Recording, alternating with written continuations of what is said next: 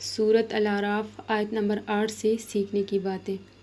اس آیت سے ہم نے یہ سیکھا کہ قیامت کے دن اللہ تعالیٰ انسان کے اعمال کا وزن کریں گے، یعنی ہر چھوٹے بڑے عمل کا حساب ہوگا۔ اس سے ہمیں دنیا میں ہر عمل کو سنجیدگی سے لینے کا سبق ملتا ہے، کیونکہ ہمارا ہر عمل آخرت میں جانچا جائے گا۔ اور پھر یہ کہ حساب و کتاب مکمل انصاف اور حق کے ساتھ ہوگا۔ اللہ تعالیٰ کسی پر ظلم نہیں کریں گے۔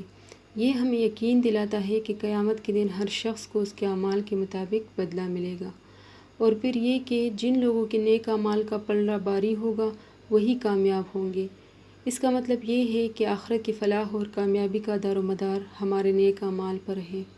اور پھر یہ کہ دنیا کی عارضی کامیابیوں کے لیے آخرت کی دائمی فلاح کو اصل کامیابی قرار دیا گیا ہے۔ جو لوگ قیامت کے دن اپنے اعمال کے وزن میں کامیاب ہوں گے وہی حقیقی فلاح پائیں گے۔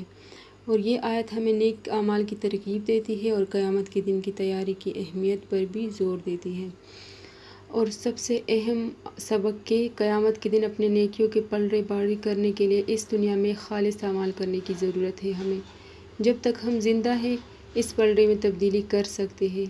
موت کے وقت یہ عمل رک جائے گا، تو ہر عمل کرتے وقت یہ سوچنا کہ میرا یہ عمل نیکی کے پلڑے میں جا رہا ہے یا گناہ کے، تاکہ ہمیں پھر آخرت میں شرمندگی نہ ہو۔